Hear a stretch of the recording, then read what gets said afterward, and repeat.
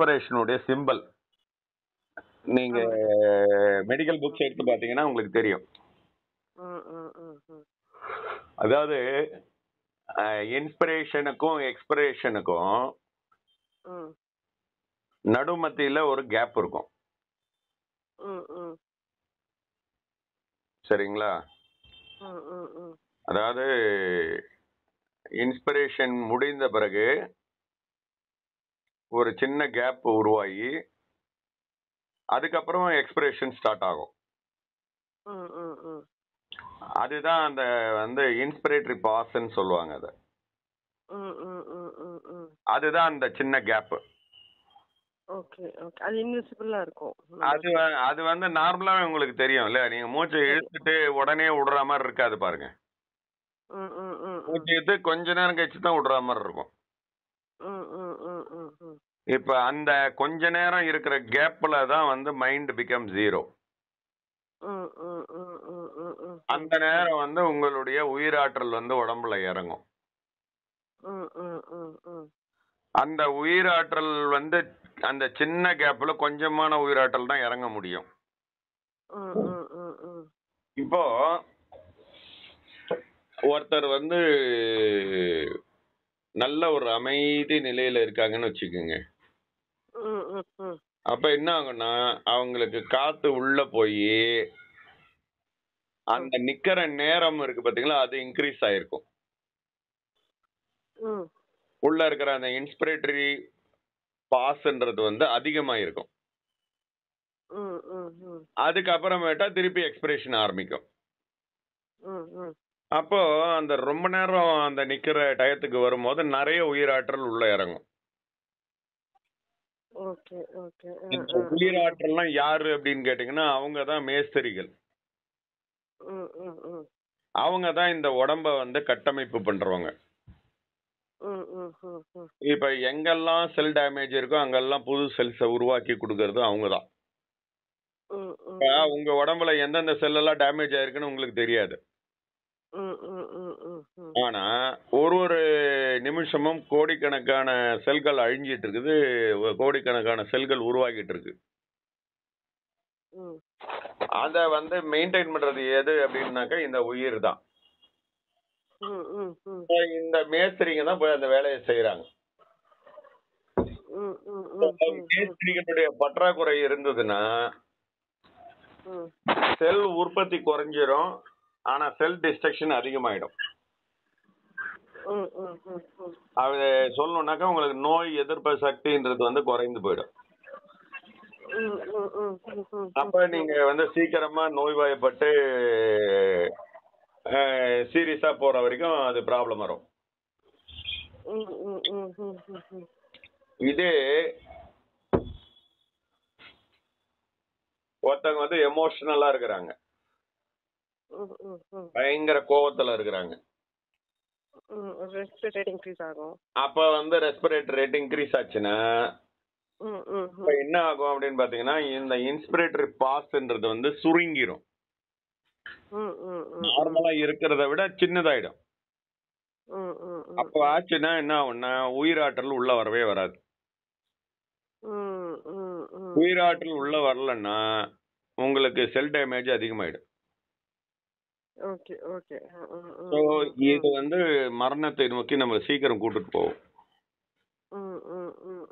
So எவ்வளவு தடிமனாக மனம் எண்ணங்களோட புதஞ்சி இருக்குதோ, ஏகப்பட்ட கற்பனைகள், பழைய பதிவுகள் அதெல்லாம் லோடாகி இருக்கும் போது இந்த இன்ஸ்பிரேட்டரி கேப் வந்து திக் ஆயிடும்.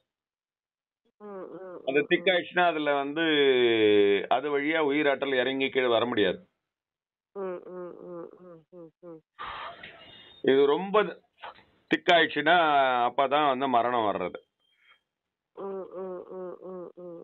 சரிங்களா? அப்போ மரணத்தை தவிர்க்கணும்னா உங்க மனம் வந்து திடம் வந்து குறைஞ்சாதான் மரணம் வந்து நீட்டிக்க முடியும்.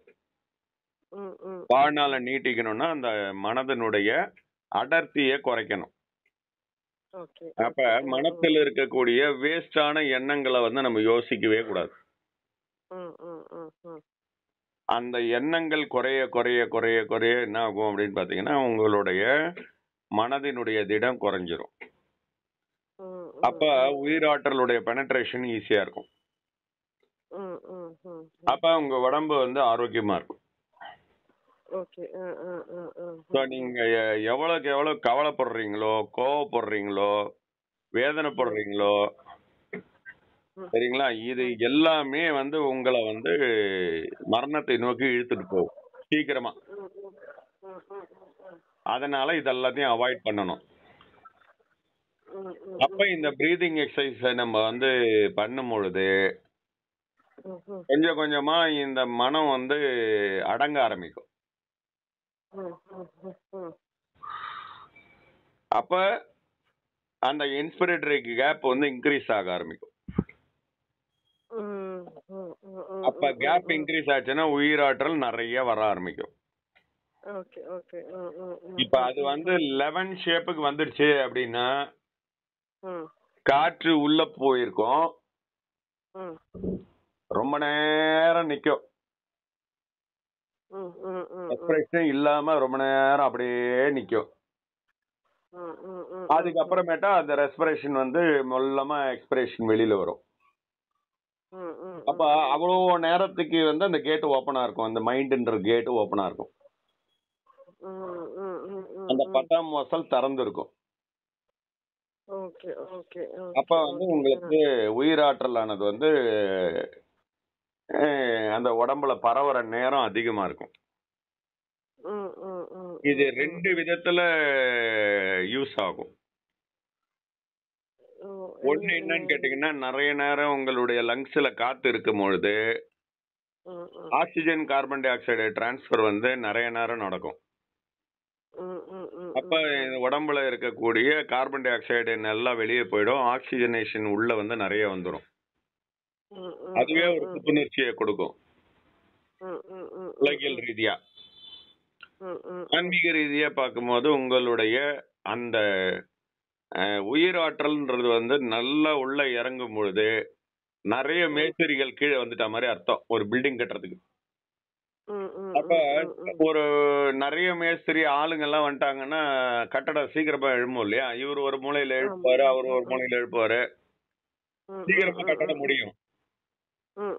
அந்த மாதிரி அந்த செல் டேமேஜ கட கட கடன்னு ரெடி பண்ணுவாங்க. அப்ப வந்து உங்களுக்கு வந்து அந்த கட்டடம் வந்து ஸ்ட்ராங்கா இருக்கும். அப்ப வந்து ஐயா நம்ம வந்து அப்ப பிரீதிங்க வந்து அப்படியே வித் ஹோல்ட் பண்ண சொல்றீங்களா? அத மூச்சு அடக்கிறது வந்து நமக்கு வந்து ரொம்ப நேரம் நிறுத்தணும்னு அவசியம் கிடையாது. உங்களால முடிஞ்ச நேரம் வரைக்கும் பழகணும். கஷ்டப்பட்டு நிறுத்தக்கூடாது. கஷ்டப்பட்டு நிறுத்தக்கூடாது. அதுவா எவ்வளவு நேரம் நிக்குதோ அதுவே போதும். சரியா? அப்போ என்ன ஆகும்னு பாத்தீங்கன்னா கொஞ்சம் கொஞ்சமா உங்களுக்கு வந்து அந்த கேப் தானாவே இன்க்ரீஸ் ஆக ஆரம்பிக்கும்.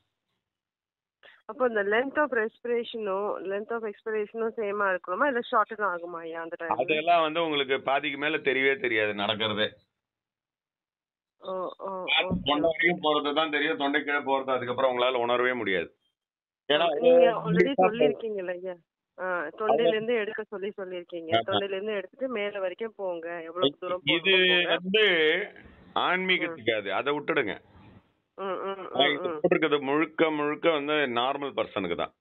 நார்மல் பர்சனுக்கு. Okay okay. அது நம்ம என்ன பண்றோம்னா லங்ஸ்ல இருக்கிற மொத்த காத்தையும் வெளியே ஏத்திட்டு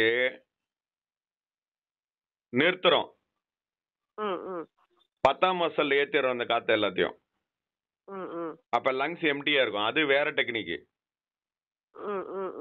இதுல வந்து லங்ஸ் வந்து ஃபில்ட் வித் இது ஏர். ஃபுல் லங் வந்து நிறைய நேரம் நிக்குது. புரியுதா? இப்ப பலூனை வந்து 2 விதமா நம்ம பண்றோம். இப்ப நார்மல் உலகில் இருக்கிறவங்களுக்கு என்ன பண்றோம்னா இந்த பலூனை ஊதி அப்படியே புடிச்சுக்கிறோம். பலூன் வந்து ஃபுல்லா வீங்கியே இருக்கும். ம் ம் ம் அப்ப இந்த லங்ஸ் வீங்கியே இருக்கும். ம் ம் ம் அப்ப நிறைய oxygen carbon di oxide transfer நடக்கும். ம் ம் ம் இது உலகியலுக்கு. ம் ம் அதே சமயத்துல இந்த மாதிரி ஃபுல்லா போய் நிறுத்தின உடனே உங்களுக்கு மைண்ட் நின்னு போயிடும். ம் ம் மைண்ட் ஜீரோ ஆயிடுச்சுன்னா உங்களுக்கு உயிராற்றல் நிறைய உடம்புல இறங்கும். ம் ம் இதெல்லாம் உலகத்தா இருக்கு. ம் ம் ம் ம் இதோட அவங்க நிறுத்திக்கலாம். ஆனா ஆன்மீகத்துல இருக்கிறவங்க என்ன பண்ணுவாங்கன்னா, ம் உங்க லங்ஸையே எம்டி பண்ணிடுவாங்க. அந்த பலூனை சுருக்கிடுவாங்க. ஓபன் பண்ணி விட்டுருவாங்க காத்த. ம் இந்த லங்ஸ் சுருங்கின நேரத்திலேயே இருக்கும். ம் ம் சோ அந்த காத்த எல்லாத்தையும் 10ஆம் வாசல்ல ஏத்தி நிறுத்திடுவாங்க. ஓகே. அது ஒரு நிலைக்கு வரும்போது. அது வந்து உணர்வை கொண்டு போய் மேல ஏத்துறது. ம் ம் ம் ம் இங்க உணர்வை கொண்டு போய் கீழே இறக்குறது. ஓகே ஓகே ம் ம் ம் ரெண்டுத்துக்கும் நிறைய டிஃபரன்ஸ் இருக்கு. ம் ம் ம் ம் ம் ம் இப்ப நீங்க வந்து உயிர்கிட்ட போறீங்க ஆன்மீகத்துல. ம் ம் ஆனா லௌகீகத்துல உயிர் ஆற்றல் வந்து உடம்பு கிட்ட வருது. உடம்பு கிட்ட வருது. அந்த கேப்ல உடம்புல ஃபீல் பண்றோம். ஆமா. அதனால நீங்க உலகியல்ல செயல்படுறதுக்கு இது வந்து ஆரோக்கியமான வழியா இருக்கும். ஓகே ஓகே இதுதான் இந்த ரூல் ஆஃப் 11 உடைய முக்கியமான விளக்கம். ஸோ இந்த 11 வந்து 11 ஸ்டேஜுக்கு வந்துருச்சுன்னா ஆட்டோமேட்டிக்கா அந்த 10ஆம் வாசல் வந்து ஓப்பன் ஆகியே இருக்கும். அப்ப எனர்ஜி இறங்கினே இருக்கும் எந்நேரமும். எனர்ஜி இறங்கிக்கிட்டே இருந்ததுன்னா கன்ஸ்ட்ரக்ஷன் வேலை முடிஞ்சிச்சுன்னா அதுக்கப்புறம் என்ன வேலை இருக்குது? அப்ப கன்ஸ்ட்ரக்ஷனே நடக்காது. ஏன்னா டிஸ்ட்ரக்ஷனே இல்ல, அதனால கன்ஸ்ட்ரக்ஷன் வந்து நடக்க வேண்டிய அவசியம் இல்லை. அப்போ உங்களுக்கு கல்லு மண்ணு ஜல்லி வாங்க வேண்டிய அவசியம் இல்லை. அந்த கல்லு மண்ணு ஜல்லின்னு சொல்றதுதான் உணவு. அந்த உணவு பொருட்களை உள்ள போட வேண்டிய அவசியமே இருக்காது. அப்ப பசி என்பது 0 ஆயிடும். அப்ப உள்ள போடலன்னா எதுவுமே வெளியே வராது. அப்ப மோஷன் யூரின் எல்லாம் வராம போயிடும். இப்ப இந்த நிலைமைக்கு வரும்போது வந்து காத்து உள்ளேயும் போவாது வெளியும் வராது. அப்படின்னும் போது வந்து பிரீதிங்கே நின்னு போயிடும். அப்ப உங்களுக்கு சுவாசமே தேவைப்படாது. அப்ப என்னன்னா உடம்புல டயர்ட்னஸே இல்லாததுனால உறக்கமே இல்லாம போயிடும். அந்த உறக்கம் என்பதே இல்லாம போயிடும். என்னென்ன போயிருக்கு இப்போ? தூக்கம் போயிருக்கு, உணவு போயிருக்கு, உணவு வெளியாவதல், இந்த கழிவு வெளியாவதல் போயிருக்கு. இதனால நீங்க வந்து சுத்த தேகத்தை அடைஞ்சிடுறீங்க. இதுதான் வந்து முதல் ஸ்டெப் ஆன்மீகத்துக்கு. இந்த நிலைக்கு வந்தால்தான் நீ முதல் ஸ்டெப்புக்கே வந்திருக்கீங்கன்னு அர்த்தம். இது வரலன்னா நீங்க வந்து வெறும் ஆன்மீகத்துல வாயால வடை சுட்டுக்கிறீங்கன்னு அர்த்தம். இதுதான் இன்னைக்கு இருக்கிறவங்களோட நிலையெல்லாம். ஓகே. அப்ப நம்ம தூங்கிட்டு இருக்கோம். இது வந்து நம்ம கான்ஷியஸா பண்ற ஒரு ஸ்டெப் இது. ஓகேங்களா? இப்ப நம்ம தூங்கிட்டு இருக்கும்போது அப்ப என்ன நடக்குது அந்த டைம்ல? அது தூங்கிட்டு இருக்கும்போது உங்களுக்கு வந்து ஆட்டோமேட்டிக்கா உங்களுடைய பிரீதிங் நடந்துகிட்டு தான் இருக்குது. அப்போ வந்து நம்மளோட சுவாசம் வந்து மேல போயிடுமோ? மேல கான்ஷியஸா நம்ம போவாது. நார்மலா நடந்துகிட்டே இருக்கும். அவ்வளவுதான். உங்களுடைய எமோஷன்ஸுக்கு தகுந்த மாதிரி நடந்துகிட்டே இருக்கும். இப்போ நீங்க வந்து ஒரு என்ன சொல்றதுன்னா ஒரு ஆழ்நிலை தூங்கத்துல இல்லாம நீங்க வந்து உங்க கனவுகளோடவே தூங்கிட்டு இருக்கீங்கன்னு வச்சுக்கோங்க. உங்களுடைய குடும்ப கஷ்டங்களை வச்சு நினைச்சுக்கிட்டு அப்படியே தூங்கி அது வந்து செமி ஸ்லீப்ல தான் இருப்பீங்க. தூங்காம நிலையில தான் இருப்பீங்க. அந்த நிலைமையில பாத்தீங்கன்னா உங்களுடைய பிரீதிங் ஜாஸ்தியா தான் இருக்கும். அப்ப உங்களுக்கு வந்து ரெஸ்பிரேஷன் குறைஞ்சிச்சான்னு கேட்டீங்கன்னா இருக்காது. நீங்க ஆழ்நிலை தூக்கத்துக்கு போயிட்டீங்க அப்படின்னா உங்க ரெஸ்பிரேஷனே வெளியே தெரியாது. மொல்லமா ஓடிடும். ம், ம், ம், ம், ஸோ எல்லாமே வந்து உங்களுடைய எமோஷனை தான் வந்து பேஸ் பண்ணியிருக்கு. ம், ம், ம், ம், இப்போ இன்னொரு முக்கியமான விஷயத்த சொல்ல வேண்டியது என்னன்னா, ம், ம், இப்ப நீங்க என்ன பண்ணிட்டீங்க, வசதியான ஆள் நீங்க. ம், ம், வசதின்னா நான் என்ன சொல்றேன்னா 3 வேளை சாப்பிடக்கூடிய அளவுக்கு வசதியான ஆளு. ம், ம், ம், ம், பெரிய கோடீஸ்வரன்லாம் சொல்லல நானு. அதாவது 3 வேளைக்கு ஒரு தரமான உணவை நீங்க சாப்பிட்டுக்க முடியும் அப்படின்ற ஒரு லெவல்ல இருக்கக்கூடிய ஒரு ஒரு வசதியான ஆளுன்னு வச்சுக்கோங்க. ம், ம், ம், ம், ம், இப்ப என்ன பண்றீங்கன்னா, ம், இன்டர்நெட்ல போட்டு எதெல்லாம் வந்து பயங்கர அந்த சத்துள்ள பொருட்கள் அப்படின்னு சொல்லி எல்லாத்தையும் கடையில இருந்து வாங்கிட்டு வந்து வச்சுன்னு 3 வேளைக்கும் சாப்பிட்டுன்னு இருக்கிறீங்க. ம், ம், ம், ம், இப்படி சாப்பிட்டா நம்ம வாழ்நாள் அதிகமாயிடும்னு நினைச்சுக்கிட்டு இருக்கிறவங்க வந்து நிறைய பேர்.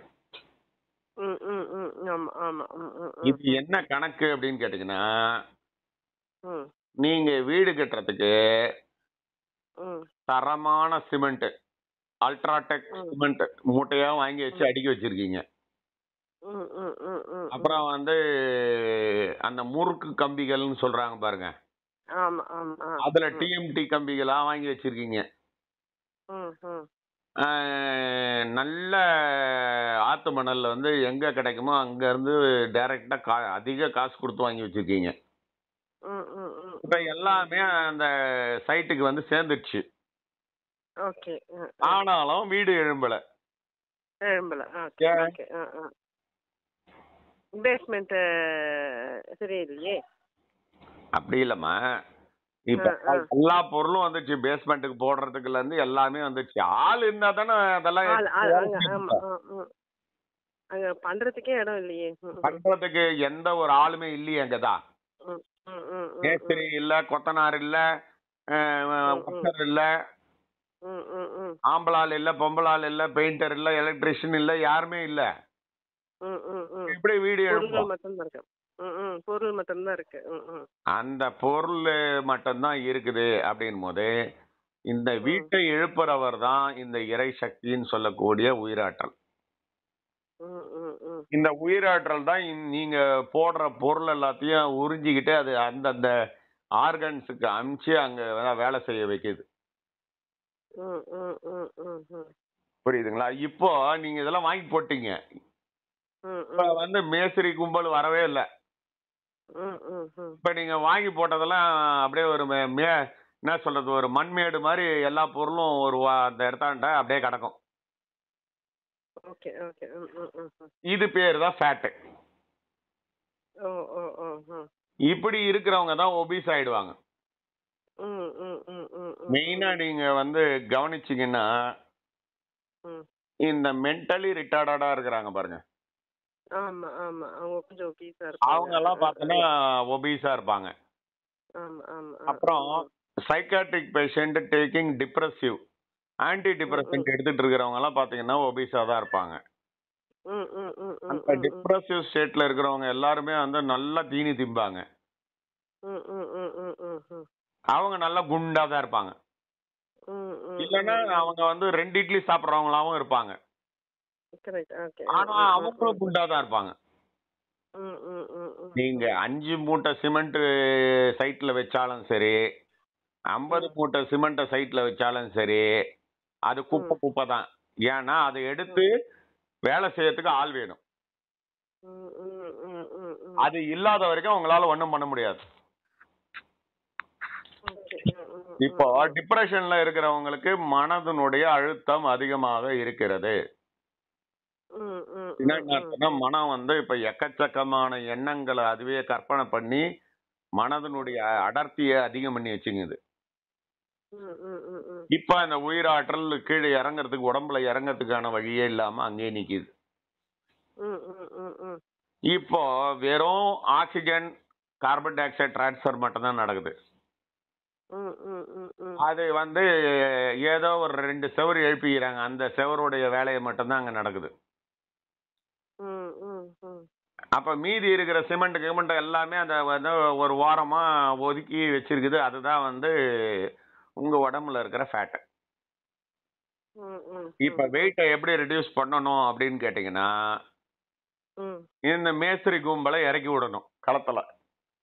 ம் ம் ம் இப்ப மேஸ்திரி கும்பலை களத்துல இறக்கி விட்டீங்கன்னா ம் இப்ப இவங்க இருக்கிற சிமெண்ட் கிமெண்ட் எல்லாத்தையும் எடுத்து வச்சு வீடு கட்டிடுவாங்க. ஓகே அப்ப என்ன ஆகும்? அந்த மேடு காலி ஆயிடுமா? ம் ம் அப்ப உங்க உடம்புல இருக்க ஃபேட் கரைஞ்சிருமா? ம் ம் ம் ம் அப்ப நீங்க ஒல்லி ஆயிடுவீங்களா? ம் ம் ம் ம் இதுதான் இயற்கை வழி. ம் ம் ம் இத விட்டுட்டு நான் வந்து லைப்போ செக்ஷன் பண்றேன், அதை பண்றேன், இதை பண்றேன், இதெல்லாம் யூஸ்லெஸ் வே ஆஃப் இது. ம் ம் ம் இப்ப நான் வந்து பாத்தீங்கன்னா 97 கிலோ இருந்தேன். ஓகே ம் ம் ம் ம் ஒரு ஒன் அண்ட் ஆஃப் இயர்ஸுக்கு முன்னாடி. ம் ம் ம் இப்ப நான் வந்து 79 கேஜிஸ்ல இருக்கேன். ஓ ஹோ ஹோ ஹோ ஹோ ஆனா நான் எந்த வாக்கிங்கு போறதில்ல, ஜாக்கிங் போறதில்ல, ஜிம்முக்கு போறதில்ல, எங்கேயுமே போறது கிடையாது. ம் ம் ம் ம் ம் ம் அப்ப எனக்கு எப்படி வந்து வெயிட் குறைஞ்சது? ம் எனக்கு இப்ப என் பேண்ட் வந்து 33 34 சைஸ். சரியா? இப்ப இப்ப வந்து எனக்கு வெறும் 30 தான் இருக்கு. 3 சென்டிமீட்டர் வயிறு உள்ள போயிடுச்சு.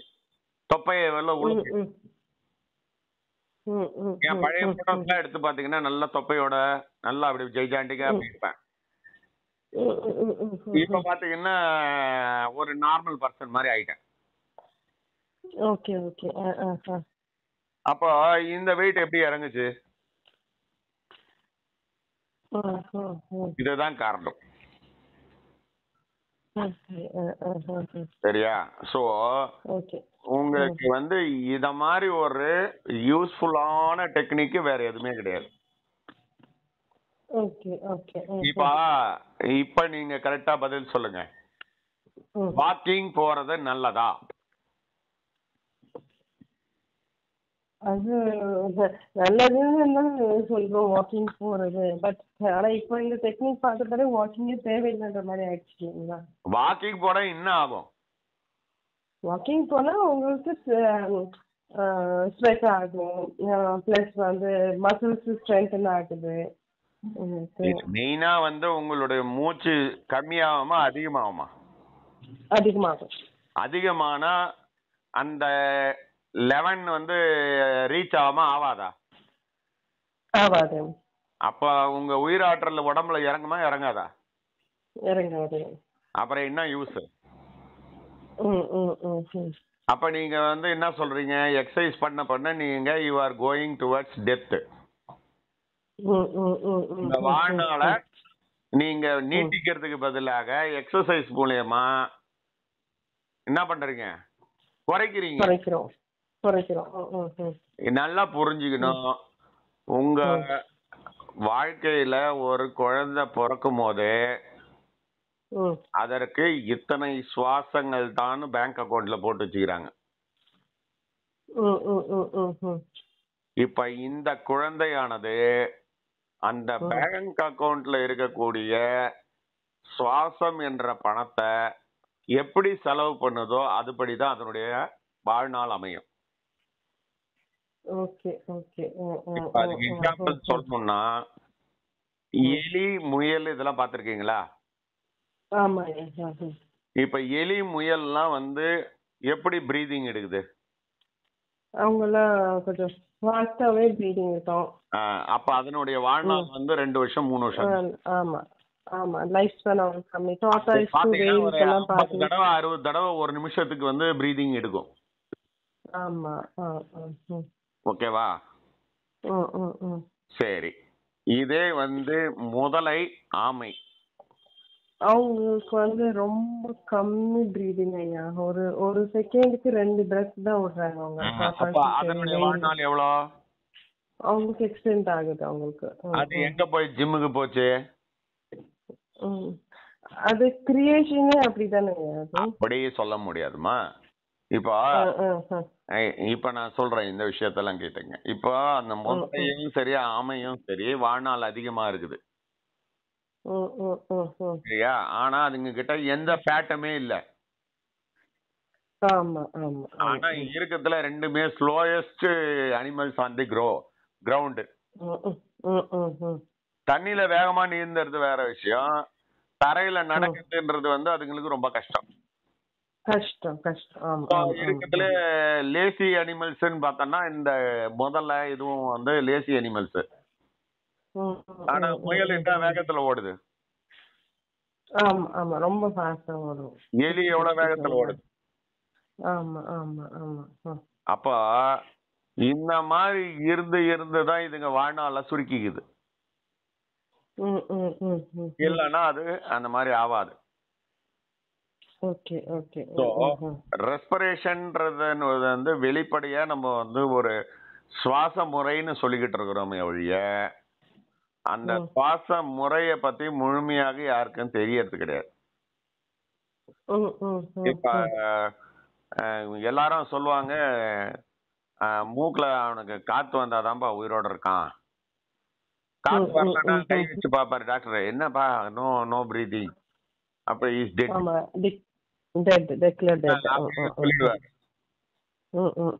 சரிங்களா? இப்போ நான் என்ன சொல்றேன்னா, இந்த காத்து தான் கடவுளா இருக்குதுன்னு ஒரு குரூப் சொல்லின்னு இருக்குது. இப்ப காத்து தானாவே இந்த உடம்புக்குள்ள வந்ததா இல்ல காத்து உரியப்பட்டு வந்ததா?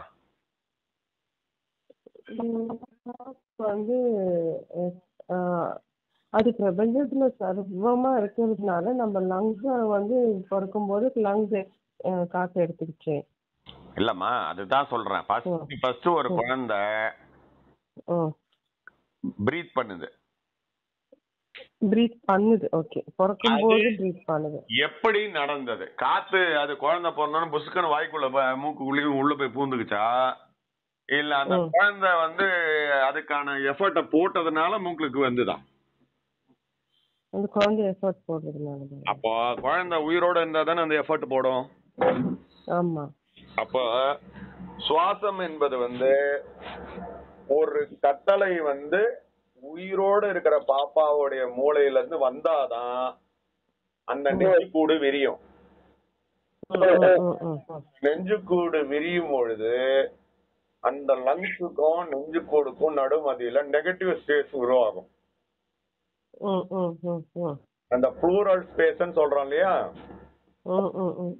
நெகட்டிவ் ஸ்பேஸ் உருவான பிறகுதான் வெளியில இருக்கிற பிரஷரும் உள்ள இருக்கிற பிரஷரும் டிஃபரன்ஸ் ஆகுது. டெஸ்ட் கேஜுக்குள்ள இருக்கிற பிரஷர் கம்மியாகுது, வெளியில இருக்கிற அட்மாஸ்பியரிக் பிரஷர் அதிகமாகுது. என்ன ஆகுதுன்னா புஷ்னு காத்து நெகட்டிவ் பிரஷரை நோக்கி ஓடியாரு. அதான் இயற்கை. சரியா? புரிஞ்சுக்க வேண்டியது என்னன்னா, காத்து நேரா பூந்துக்கல, அது உயிர் ஆற்றல் அந்த சுவாசத்தை இயக்கினதுனாலதான் அந்த காத்து உள்ள வந்தது. So it is not active respiration, it's only a passive respiration. பாசிவ்னா ஏதோ ஒரு காரணத்தினால ஏற்படுகின்ற விளைவு. இப்ப நெஞ்சுக்கூடு விரிந்ததுனால அந்த காற்றானது உள்ள போச்சு. சரி, இப்ப காத்து உள்ள போன காத்து எப்படி வெளியில வரும்? திருப்பி எக்ஸ்பிரேஷன்ல தான் வெளியே வருது. அப்ப என்ன ஆகுது, ஆப்போசிட்டா இருக்கு. எக்ஸ்பிரேஷன்ன்றது செத்து போனவங்களுக்கு இருக்குமா? இல்ல. அப்ப எக்ஸ்பிரேஷனை பண்றது யாரு? உயிர் இருக்கிற பாப்பா தானே பண்ணும். ஆமா ஆமா. அப்ப உயிர் தானே அதுக்கு காரணமா இருக்குது, சுவாசத்துக்கு. அப்ப உயிர் கடவுளா இருக்குதா, சுவாசம்ன்ற காற்று கடவுளா இருக்கா? உயிர் தான் கடவுளா இருக்கு. இந்த உடம்பை பொறுத்த வரைக்கும் உயிர் தான் கடவுளாக இருக்கிறது. இவர் தான் எல்லாத்தையும் உடம்ப மெயின்டைன் பண்ணிட்டு இருக்கிறவர் இவர் தான். ஒரு அடியா இருந்த குழந்தை 7 அடி உயரத்துக்கு வளர்ந்ததுக்கான காரணம் ம் இந்த உயிர் இருக்கிறதுனாலதான். ம் சரிங்களா? இப்ப செத்த பணத்துக்கு வாயில இட்லிய நொந்து நொந்து நொந்தனீங்கன்னா அடுத்த 6 மாசத்துல அது பணம் வளர்ந்துருமா? வளராது. அப்படின்னா காரணம் என்ன? உயிர் இருந்தால் மட்டுமே இதுல வளர்ச்சி நடக்கும். ஐயா அப்ப உயிரே மூச்சு எல்லாம் இப்ப நீங்க கேக்குற எல்லா விஷயமும் ஒரே விஷயம்தான். என்ன அப்படின்னு கேட்டீங்கன்னா, இந்த சிமெண்ட், ஜல்லி, கம்பி இத எல்லாமே வீடு கிடையாது. வீடை கட்டுகின்ற பொருள். இத வச்சு வீடு கட்டிக்கலாம். அதே மாதிரிதான் இட்லி, தோசை, பூரி, வடை எல்லாமே, கறி, மீன் எல்லாமே இந்த ஜல்லி, கல்லு, மண்ணு மாதிரிதான். இத வச்சு வீடு கட்டினாதான் வீடா இருக்கும். அது இந்த உடம்பா இருக்கும். இல்லன்னா அது உடம்பா இருக்காது. சோ உடம்பு பாழடைஞ்சு போச்சுன்னா அது இதுக்கு மேல கட்ட முடியாதுன்ற அளவுக்கு ஆகி போச்சுன்னா இறப்பு வந்துடும். ஓகேவா? சோ நீங்க சொல்லக்கூடிய அனைத்து விஷயங்களும் இந்த பஞ்சபூதத்துல இருந்து தான் எடுக்கப்பட்டது. இப்போ அரிசி எங்க இருந்து விளையுது?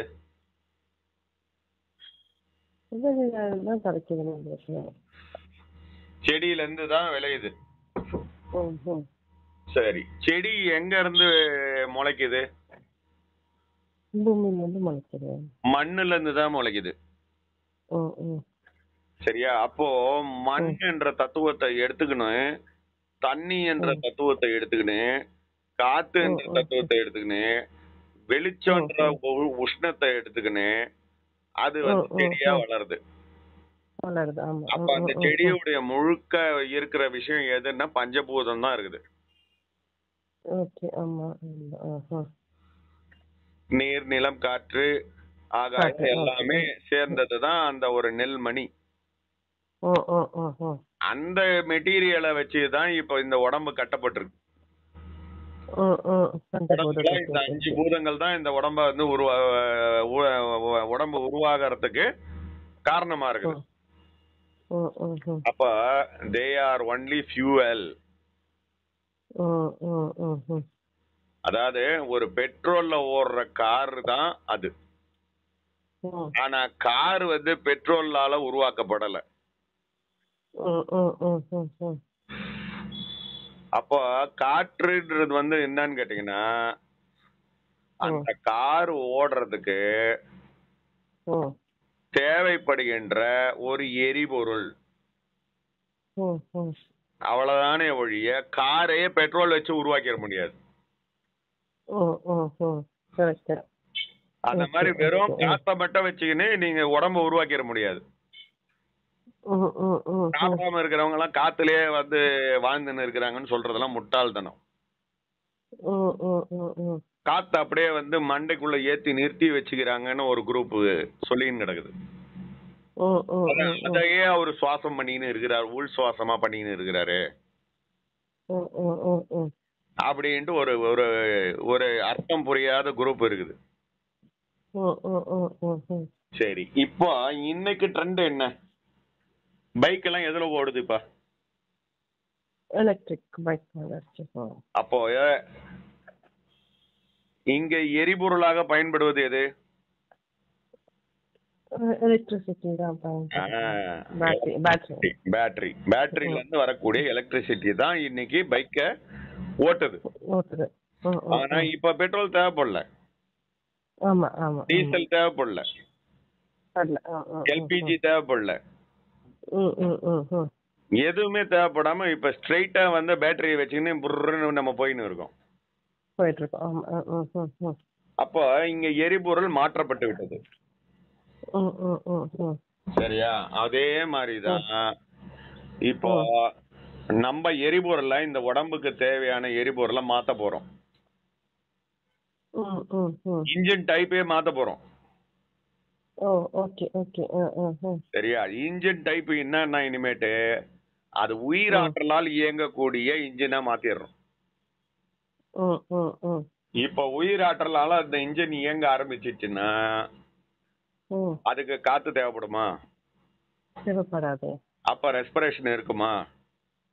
இருக்காது. அப்ப நீங்க செத்துட்டீங்களா? இல்லையே. அப்ப எப்படி டாக்டர் வந்து மூக்குல கை வச்சு பார்த்துட்டு செத்து போயிட்டான் அப்படின்னு சொல்றாரு? அந்த உயிராற்றல் இல்லாதனாலதான். இல்லம்மா, இப்ப உங்களுக்கு வந்து செத்த போனதுக்கும் எலக்ட்ரிக் பைக்கா மாத்தினதுக்கும் எப்படி டிஃபரன்ஸ் கண்டுபிடிக்கிறதுன்னா நான் கேக்குறேன். இப்ப ஒருத்த செத்தாலும் மூக்குல காத்து வரலமா? ஆமா. இப்ப இந்த மாதிரி எலக்ட்ரிக் பைக்கா உயிராற்றல வச்சு இயங்குறவனுக்கும் மூக்குல காத்து வரல.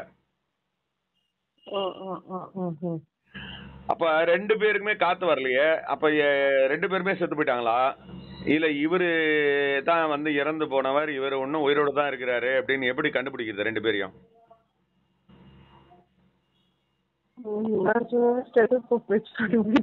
இல்லம்மா, இப்ப நான் என்ன கேக்குறேன்னா, ரத்தம் ஏன் ஓடுது அது சொல்லுங்க.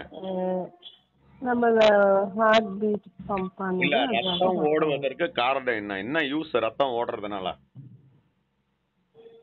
நம்மளோட பாடி பில்ட் பண்ணணும் இல்லையா? நமக்கு தேவையான ரத்தம் என்னவாக பயன்படுத்தப்படுகிறது? It's a transport media. Fuel. அதான் ஃபியூல் தான் நம்மளுக்கு.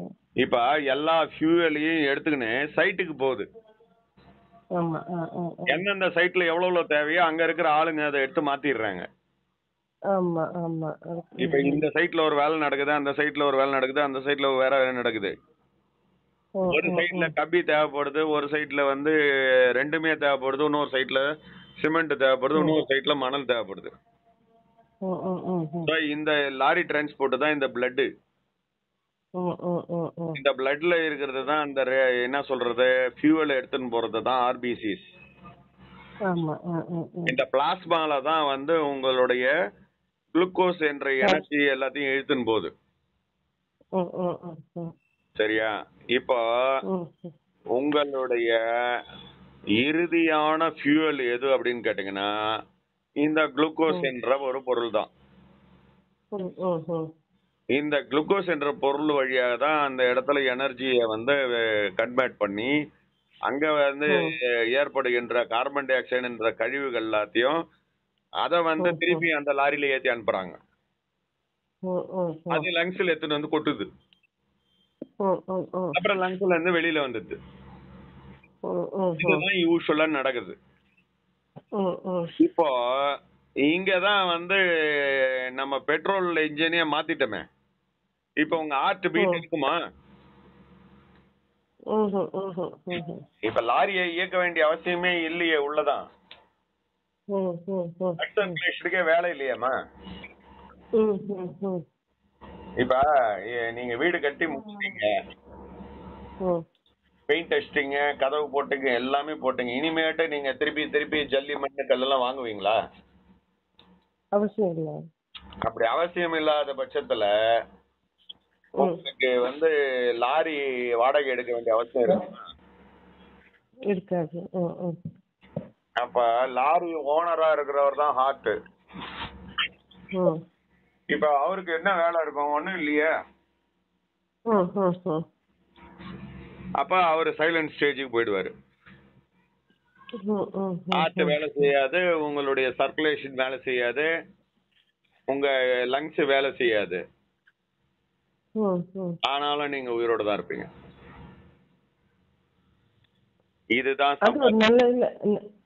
அதுதான் ஒரு நிலையில வரும்போது அது நடக்குது. ஆமா. இப்ப கம்ப்ளீட் எலக்ட்ரிக் இன்ஜினா மாத்திட்டீங்கன்னா இந்த மாதிரி மாறிடும்.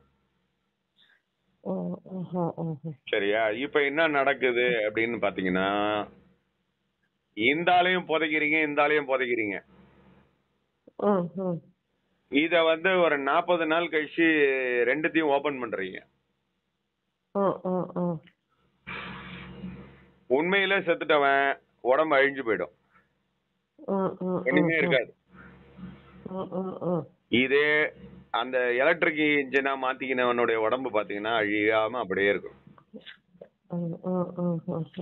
இது பேர் தான் அல்கமின் பேரு. தங்கமாக உடம்பை மாற்றிக் கொள்ளுதல் பேர் தான் அல்கமி. எல்லாரும் அல்கமின்னு என்ன பண்ணுவாங்கன்னா தகரத்தை தங்கமா மாத்தணும் அப்படின்ட்டு போய் வெளியில வேலை பார்த்துட்டு இருப்பானுங்க. நிறைய திருட்டு கும்பல் மாதிரி. இது என்னன்னா தகரம் மாதிரி இருக்கிற இந்த உடம்பு தகரத்தை வந்து மட்டும் புதைச்சிங்கன்னா 10 நாள் கழிச்சு ஓபன் பண்ணீங்கன்னா அந்த இடத்துல தகரமே இருக்காது. ஆனா தங்கத்தை ஒரு மோதிரத்தை வந்து புதைச்சிட்டீங்கன்னா அது 100 வருஷம் கழிச்சு ஓபன் பண்ணாலும் அது அங்கே இருக்கும். மண் அதை தின்னாது. அதே மாதிரி இந்த உடம்ப மண்ணு தின்ன முடியாத மாறிடும். இதுதான் சமாதி நிலை. இதெல்லாம் ஆன்மீகவாதிகளுக்கு தேவைப்படுகின்ற விஷயம். இததான் வந்து சித்தர்கள் வந்து பண்ணிட்டு இருக்காங்க. It's science, super science. புரியுதுங்களா? இப்ப உடல் தத்துவத்தை அப்படியே மாற்றி அமைக்கக்கூடிய தன்மையை வந்து அவங்க பண்றாங்க. அத மாதிரி ஒவ்வொரு விஷயத்தையும் அவங்க மாத்துறாங்க. உடல் தத்துவத்தை மாத்துறது, மன தத்துவத்தை மாத்திக்கிறது, அதுக்கப்புறமேட்டா உயிர் தத்துவத்தையும் மாத்திக்கிறது. இதெல்லாம் அப்புறம் இதெல்லாம் வந்து ஆப்டர் சமாதி நடக்கக்கூடிய விஷயங்கள். நம்ம இந்த லெவல்ல நிறுத்திப்போம். இப்போ நம்ம உலகியல் மக்களுக்கு என்ன தேவை அப்படின்னா எலக்ட்ரிக் இன்ஜின் தேவை கிடையாது. அவனுக்கு வேண்டியது என்ன அப்படின்னு கேட்டீங்கன்னா ஒரு பைக் இருக்கு, பெட்ரோல் போட்டுட்டீங்க, கீய வந்து ஆன் பண்ணிட்டீங்க, தபக்கன்னு உதைக்கிறீங்க, ஸ்டார்ட் ஆக மாட்டேங்குது அப்படின்னா என்ன காரணம்?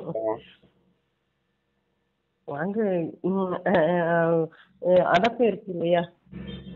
இல்ல அடைப்புலாம் கூட கிளீன் பண்ணிட்டீங்க. அப்ப என்ன திறந்து பார்த்தா அந்த வண்டியில வைக்க வேண்டிய பேட்டரியே காணும். பேட்டரி இல்லாம எப்படி வந்து நீங்க பெட்ரோல் போட்டா மட்டும் வண்டி ஓடும்? இந்த இக்னிஷனுக்கு காரணமா இருக்கிறத பேட்டரியோட எலக்ட்ரிசிட்டி. அப்போ பேட்டரிய நீங்க ஒழுங்கா ஃபுல் பண்ணி வச்சாதான் ஒழுங்கா வண்டி ஓடும். நீங்க என்னதான் பியூர் பெட்ரோல் போட்டாலும் சரி. அத மாதிரி இந்த உடம்புக்கு உயிராற்றல் என்ற பேட்டரிய ஒழுங்கா மெயின்டைன் பண்ணாதான் உயிர் நல்லா வேலை செய்யும், உடம்பு நல்லா வேலை செய்யும். உயிர் ஆற்றல் இருக்கிற வரைக்கும் உடம்பு அழியாம இருக்கும். இததான் நம்ம நார்மல் பர்சனுக்கு யூஸ் பண்றோம். இந்த ரூல் ஆஃப் 11 அவங்க பயன்படுத்தினாங்கன்னா உடம்புல இருக்கிற பேட்டரி நல்லா சார்ஜ் ஆயிடும். உயிர் ஆற்றலுக்கு தேவையான பேட்டரி வந்து ஃபுல்லா சார்ஜ் ஆயிடும். அப்ப you will be energetic 24 hours. உங்களுக்கு நல்ல உடம்பு ஆரோக்கியமா இருக்கும், நோய் வராது, முதுமை வராது, உங்க உடம்புல எந்த பாதிப்புகளும் இருக்காது. 3 மாடி 4 மாடினாலும் சரசரன்னு ஏறுவீங்க.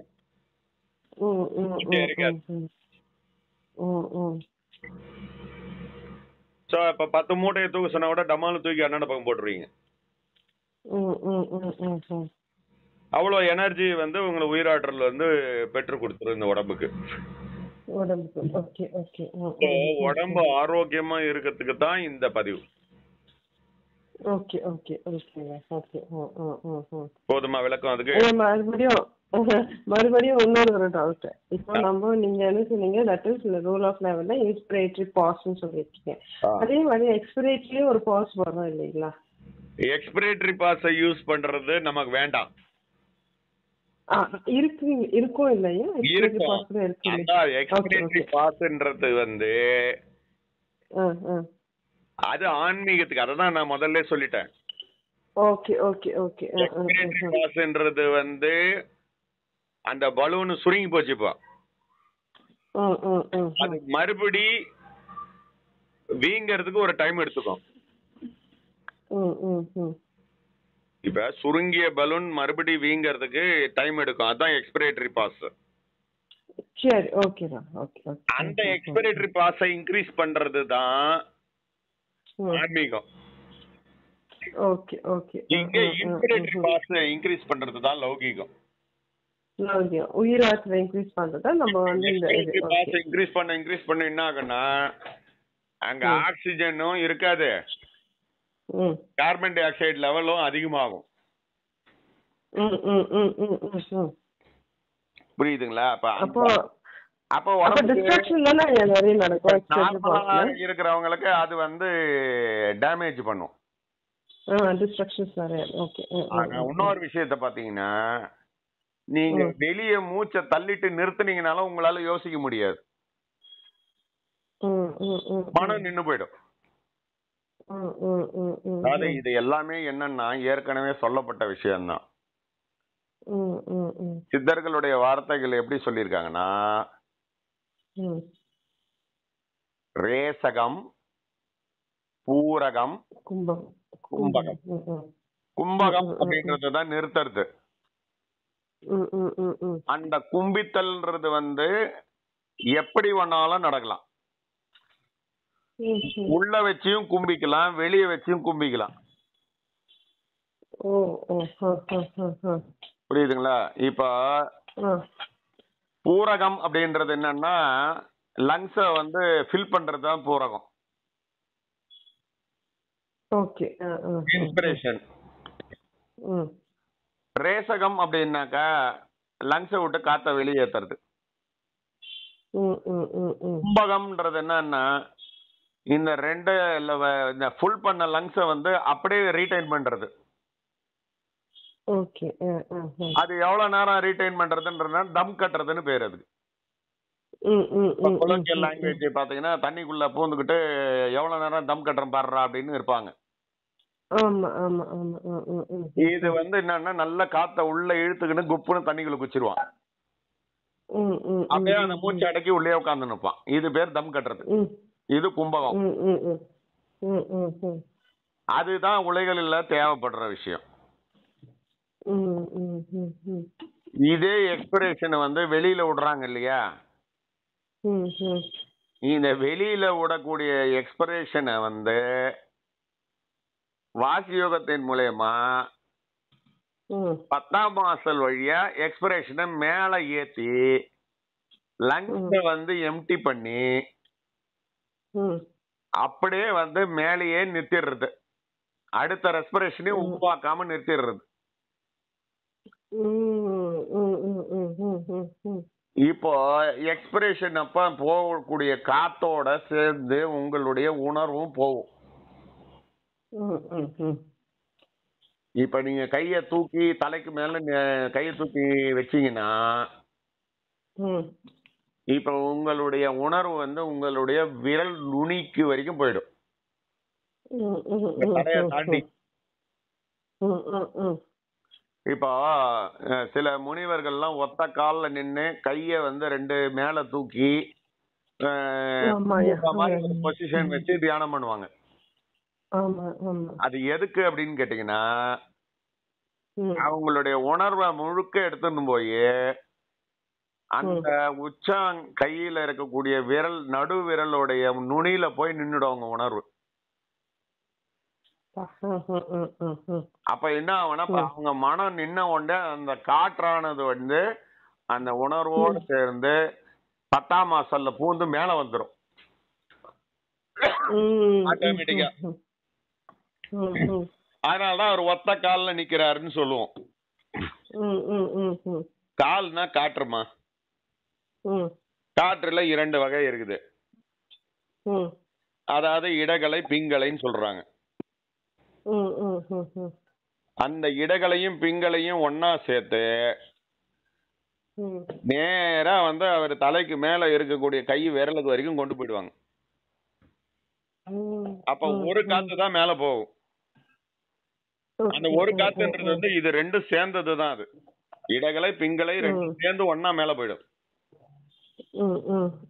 அப்ப அவருக்கு ஒரு கால் தானே இருக்கும். அப்ப ஏழு கதின்றது அதுதான் ஐயா. ஒரே ஏழு கதின்னு சொல்றாங்க அது. ஆமா. Okay okay. அதனால அவன் ஒத்த கால்ல தவம் பண்றான், ஒத்த கால்ல தவம் பண்றான்னு. சரிங்களா? இப்போ ஒரு நார்த் சைடுல ஒரு ஒரு அந்த அகோரி ஒருத்தர் இருக்கிறார். அவரை வந்து நான் யதார்த்தமா அந்த ரீல்ஸ்ல பார்த்தேன். அவர் என்ன பண்றாருன்னா ஒரு கைய வந்து மேல கட்டின்னு இருக்காரு, மேல தூக்கி கட்டின்னு இருக்கிறாரு. இரவா இருந்தால் பைத்தியக்கார மாதிரி கைய வந்து மேல கட்டி வச்சுக்கிறாரு. அதாவது தலைக்கு மேல அந்த கைய தூக்கிட்டு கட்டிருக்காரு. அத வந்து கீழே இறங்காத மாதிரி மேல உத்தரத்துல வந்து ஒரு கயிறோட சேர்த்து கட்டி வச்சுக்கிறாரு. அப்ப கை கீழே இறக்கவே முடியாது அவரால. அது ஏன்டா அப்படி பண்ணாருன்றத வந்து பார்க்கும் போதுதான் இப்ப அந்த அதுதானே உச்சி. அப்ப அந்த உச்சியிலேயே அந்த உணர்வை வச்சுக்கிறாரு அவர். அப்ப அந்த கை விரலினுடைய அதிகபட்ச உயரத்துல இந்த உணர்வை கொண்டு போய் நிறுத்திக்கிறாங்க. அப்ப வந்து என்ன, இந்த உணர்வானது வந்து இந்த உயிரில போய் நின்னுக்கும் ஆட்டோமேட்டிக்கா. அந்த டெக்னிக்காக தான் அவர் அந்த மாதிரி வச்சுங்கிறாரு. ஆனா அதெல்லாம் ரொம்ப ரொம்ப ரிஸ்க், ரொம்ப வந்து கஷ்டமான விஷயங்கள். அது அது உடலை வருத்தி பண்ணிக்கிற விஷயம். அது நம்மளுக்கு வேண்டாம். அதுக்குதான் ஈஸியா கண்டுபிடிச்சது என்ன அப்படின்னு கேட்டீங்கன்னா, உங்க காற்ற மேல ஏற்றதுதான். சோ இப்ப நீங்க என்ன பண்றீங்கன்னா எக்ஸ்பிரேட்டரி பாஸை யூஸ் பண்றீங்க ஆன்மீகத்துல. நம்ம லௌகீகத்துல இன்ஸ்பிரேட்டரி பாஸை யூஸ் பண்றோம். இப்போ உணர்வு எந்த ஊருக்குலாம் போகுதோ அந்த ஊர்ல இருக்கிற செய்திகளை கலெக்ட் பண்ணின்னு வந்து அது வந்து உயிர்கிட்ட சொல்லும். இதுதான் இயற்கையோட நேச்சர். இந்த உடம்புல இருக்கக்கூடிய எந்த ஒரு ஆர்கன்லயும் எந்த பிரச்சனை நடந்தாலும் இந்த உணர்வு என்ன பண்ணும், அதை கலெக்ட் பண்ணிட்டு போய் சொல்லும். என் கையில ஈமிக்குது, என் மூக்கு அரிக்குது அப்படின்னானே அங்க கட்டளை மூளையில இருந்து என்ன வரணும், மூக்க சொரிய சொல்லி கைக்கு கட்டளை இடும். இத மாதிரிதான் இந்த உணர்வு வந்து வேலை செய்துன்னு இருக்கு. இது எங்க போனாலும் இந்த மாதிரி ஒரு டேட்டா கலெக்ஷனை தான் பண்ணின்னு இருக்கும். இப்ப இந்த உணர்வை எடுத்தும் போய் நம்ம உயிர்ல நிறுத்தினா அங்க அது என்ன வேலை பண்ணும்? ஒண்ணுமே பண்ணாது. உயிர் என்ன மாதிரி இருக்குதுன்றத ஆராய்ச்சி பண்ணின்னு இருக்கும். அப்பதான் உயிரின் தன்மை உணர முடியும். அப்படி உணர்ந்ததுதான் சத்து சித்து ஆனந்த நிலையில உயிர் இருக்குதுன்னு கண்டுபிடிச்சது. உயிர் என்பது உண்மையாக இருக்கின்றது. உயிர் என்பது அது என்ன சொல்றது, சத்தாக இருக்கிறதுன்னு. அந்த உயிர் தான் இந்த உடம்புக்கு சத்தா இருக்குது. அது எப்படி இருக்குன்னா ஆனந்தமயமாக இருக்கிறது. அந்த ஆனந்தம் என்ற மருந்து தான் வந்து உடம்பு அழியாம இருப்பதற்கு காரணமாக இருக்கிறது. அந்த ஆனந்தம் என்ற மருந்து தான் இந்த உடம்ப அழியாம வச்சுட்டு இருக்கிற மருந்து. அதனாலதான் துன்பத்துல இருக்கிறவங்க சீக்கிரம் செத்துருவாங்க. ஆனந்தமா இருக்கிறவன் வந்து சீக்கிரம் சாக மாட்டான். ஆனந்தத்துக்கும் சந்தோஷத்துக்கும் வித்தியாசம் இருக்குது. சந்தோஷம் என்பது என்னன்னா, நான் உங்க பாக்கெட்ல ஒரு 100 ரூபாய் சொருவிட்டேன்னு வச்சுக்கோங்க, டாக்டர் நம்மளுக்கு 100 ரூபாய் கொடுத்துட்டாரா அப்படின்னு சந்தோஷப்படுவீங்க. ஒரு பொருளினால் வருவது சந்தோஷம். பொருளற்ற நிலையிலேயே வருகின்ற ஒரு இன்பம் தான் ஆனந்தம். எந்த டிரான்சாக்சனும் நடக்காது. இப்ப நான் உங்க பாக்கெட்ல இருந்து எடுக்க மாட்டேன், என் பாக்கெட்ல இருந்து உங்களுக்கு கொடுக்க மாட்டேன். ரெண்டுமே நடக்காத. நீங்க ஆனா ஆனந்தமா இருப்பீங்க. இந்த இடத்துலதான் மனம் என்பது இல்லாமல் போகும். இப்ப மனம் என்பதுதான் வந்து உயிருக்கும் உடலுக்கும் நடுமத்தியில உட்கார்ந்துங்குது. இந்த மனம் என்பது வந்து பயங்கர தடியா இருந்ததுன்னா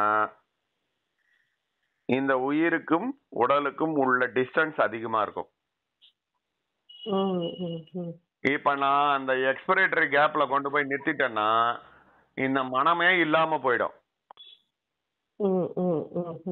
எக்ஸ்பிரேட்டரி கேப்ல நான் எட்டும் போய் நிறுத்திட்டேன்னா மனமே இல்லாம போயிடுமா? அப்ப இந்த உயிரும் உடல் என்ன ஆகும்? அவ்வளவுதான். உயிரும் உடலும் ஒன்னாயிடுச்சுன்னா உயிர் இருக்கிற வரைக்கும் உடம்பு அழியுமா? அழியாது. அழியாது. சரியா? இப்ப நல்லா புரிஞ்சுக்குங்க. ஒரு சிவன் கோயில்ல என்ன சிவலிங்கம் வச்சிருக்கிறாங்க, நந்தி எங்க வச்சிருக்கிறாங்க, கொடிமரம் எங்க வச்சிருக்காங்க எல்லாம் பார்த்திருப்பீங்க. ஒவ்வொரு ஜீவ சமாதியிலையும் பார்த்தோன்னா லிங்கம் தான் பிரதிஷ்டை பண்ணிருப்பாங்க. இதுக்கு என்ன காரணம் அப்படின்னு கேட்டீங்கன்னா சிவலிங்கத்தினுடைய அர்த்தம் நம்ம தெரிஞ்சுக்கணும். அதாவது நம்ம சொல்ற மாதிரி ஆண்னாக்கா ஆம்பளை கிடையாது, பெண்ணுன்னா பொண்ணு கிடையாது, பொம்பளை கிடையாது. இதெல்லாம் இவங்க சொல்லக்கூடிய டுபாகூர் உலகியல் வார்த்தைகள். ஆண் பால் பெண் பால் சொல்றதெல்லாம். அத மாதிரி அலின்னு சொல்லுவாங்க. என்ன சொல்றது, அது பேர் என்னன்னா அர்த்தநாரீஸ்வரர் சொல்லுவாங்க. அதுல என்னன்னு கேட்டீங்கன்னா ஆணும் பெண்ணும் ஒன்னா இருக்கிற மாதிரி ஒரு உருவம் தான் அர்த்தநாரீஸ்வரர். இப்ப என்ன நடக்குதுன்னு பாத்தீங்கன்னா ஆண் என்றால் ஆன்மீகத்துல விளக்கம் என்னன்னா ஆண் என்றால் ஆன்மா, ஆன்மான்னு சொல்லக்கூடிய உயிர். அந்த ஆணுன்னு சொல்றதுக்கு முக்கியமா இந்த குழந்தை ஆண் குழந்தை அப்படின்றத நீங்க எப்படி டெலிவரி பண்ண சிஸ்டர் பாப்பீங்க? இது ஆண் குழந்தைன்னு எப்படி சொல்லுவீங்க? ஆர்கன் வச்சு தான் நம்ம டிசைட் பண்ணுவோம். பீனிஸ் இருந்தாதான் ஆணு, வெஜைனா இருந்தாதான் பெண்ணு. இத வச்சுதான் நம்ம ஐடென்டிபிகேஷனே பண்ணுவோம். இததான் அத குறியீடாக ஆண் என்பதற்கு பீனிஸ எடுத்துக்கிட்டாங்க. லிங்க வடிவமா? ஓகே. சரியா? பெண் என்றதுன்னா என்னன்னா உடம்பு தான் பெண்ணு. அப்ப பெண் ஆசைனா பொம்பளை மேல இருக்கிற ஆசை இல்ல, இந்த உடம்பின் மீது இருக்கிற பற்று தான் பெண் ஆசை. நான் இப்ப உங்ககிட்ட ஒரு 10 கோடி கொடுக்குறேன். இப்ப நீங்க உங்க காரை கொடுங்கன்னா கொடுத்துருவீங்க. 10 கோடி கொடுக்குறாரு டாக்டர், இது 5 லட்சம் கூட போவாது, இந்த காரு கொடுத்துருவீங்க. இப்ப நான் என்ன கேக்குறேன்னா நான் 10 கோடி கொடுக்குறேம்மா, எனக்கு இந்த உடம்ப என்கிட்ட கொடுத்துருங்க, நான் வீட்டுக்கு எடுத்துட்டு போயிடுறேன். அப்ப உடம்ப கொடுப்பீங்களா? கொடுத்துட்டா யூ ஆர் டெட். அப்ப இருக்கிறதுலே நீங்க ஒரு நிமிஷமும் கட்டி காப்பாத்திக்கிட்டு இருக்கிறது இந்த உடம்பதான். இருக்கிறதுலே எல்லாரும் சொல்லுவாங்க உலகியல் பற்றுலாம் தான் அதிக பற்றுன்னு நம்ம வச்சுக்கிறோன்னு. இருக்கிறதுல இந்த உடம்பின் மீது இருக்கிற பற்று தான் எல்லாருக்குமே அதிகமான பற்று. இது பேர் தான் பெண் ஆசை. அப்போ பெண்ணுன்னு சொல்றதுக்காக அந்த வெஜைனாவை ஒரு டிசைன் பண்ணாங்க. இப்போ மனம் என்றால் என்ன அப்படின்னு கேட்டீங்கன்னா அதுக்கு பேர் தான் மாடு. மாடுதான் மனதுக்கான சிம்பல். இருக்கும் ஏதோ ஒரு thought next thought next thought next thought. இப்போ இந்த மனம் என்ற மாடுதான் 2 பேருக்கு நடுவுல நின்னுங்குது. எதுக்கு? ஆணுக்கும் பெண்ணுக்கும் நடுவுல மாடு நின்னு இருக்கு. இப்ப இந்த மாடு தெருத்தி விட்டோம் வெளிய. இப்பதான் இந்த ஆணும் பெண்ணும் ஒண்ணு சேர்ந்துக்குச்சு.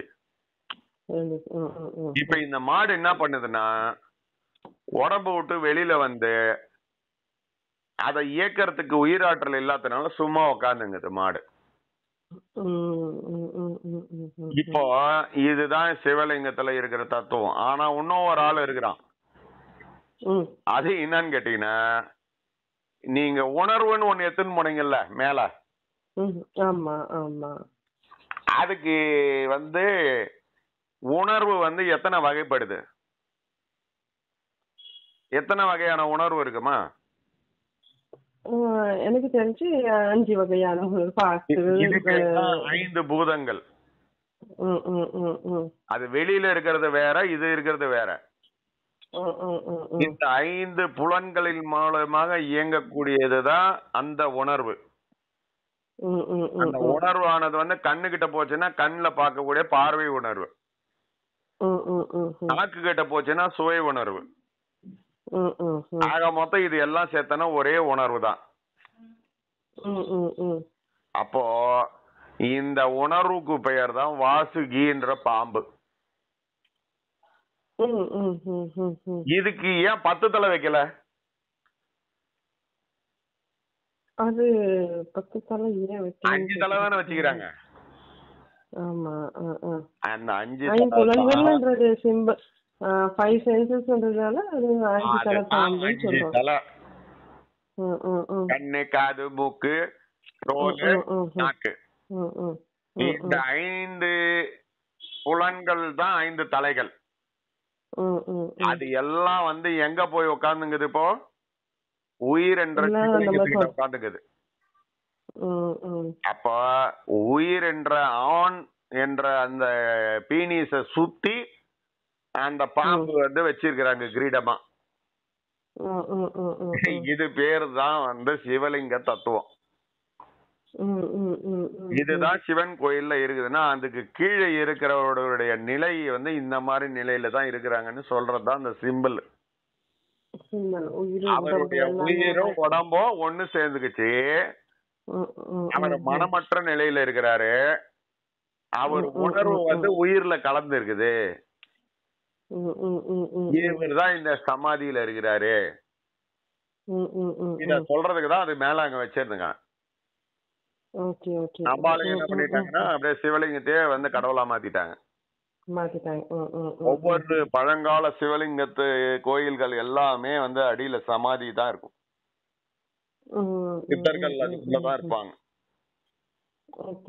அவங்களதான் அதுக்கு மேல இத வச்சு பண்ணிருப்பாங்க. சரியா? இப்போ இந்த மாதிரி நிலையில வந்துட்டா இந்த உயிரும் உடலும், நான் அததான் வேற மாதிரி உங்களுக்கு சொல்லியிருப்பேன் நம்ம வாசி யோகா கிளாஸ்ல.